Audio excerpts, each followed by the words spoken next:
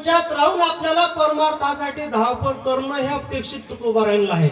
माणसाने कसं प्रपंचामध्ये राहावं तर चिक्कू मध्ये चिक्कूची बी असते, अगदी त्याचप्रमाणे आम्हाला राहता यायला पाहिजे. चिक्कूच्या आतमध्ये असते, पण चिक्कू खाल्ला का पूर्वीपती तुम्ही? चिक्कू फळ म्हणतो मी, माणसं चिक्कू नाही म्हणून. चिक्कू माणसं असतात काही काही का नाही.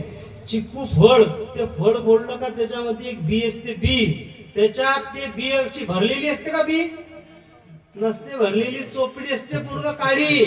त्याला एक कण सुद्धा त्या चिक्कूच्या घराचा लागलेला नसतो. आतमध्ये असते पण अजिबात लागत नाही.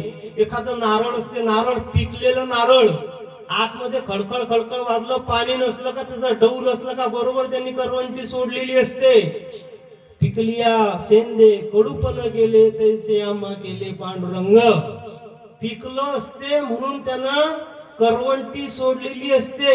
तुम्ही आमची कच्चे नारळ आहे, आपण घासून घासून जरी काढलं तर नारळ बाहेर निघायला तयार नाही.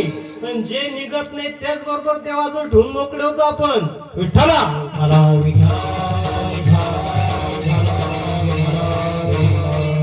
पिकलेलं असते, आतमध्ये असते नारळ, पण त्यांनी ते कवटी सोडलेली असते.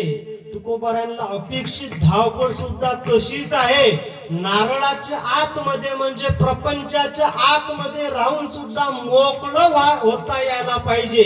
ते अपेक्षित सुद्धा धावपळ तुकोबारांना आहे. करीचे धावा धावी चित्त लावी चरणापे. आमच्या बिया चांगल्या म्हणजे चिकूच्या बिया तर सोडा, आमच्या बिया म्हणजे त्या आंब्याच्या कोयसारखे आहे. चोकून चोकून चोकून चोकून त्याचे फरदोड निघायला तयार आहेत, पण आम्ही का ते बी फेकायला तयार नाही. आमच्या बिया म्हणजे सीताफळाच्या बिया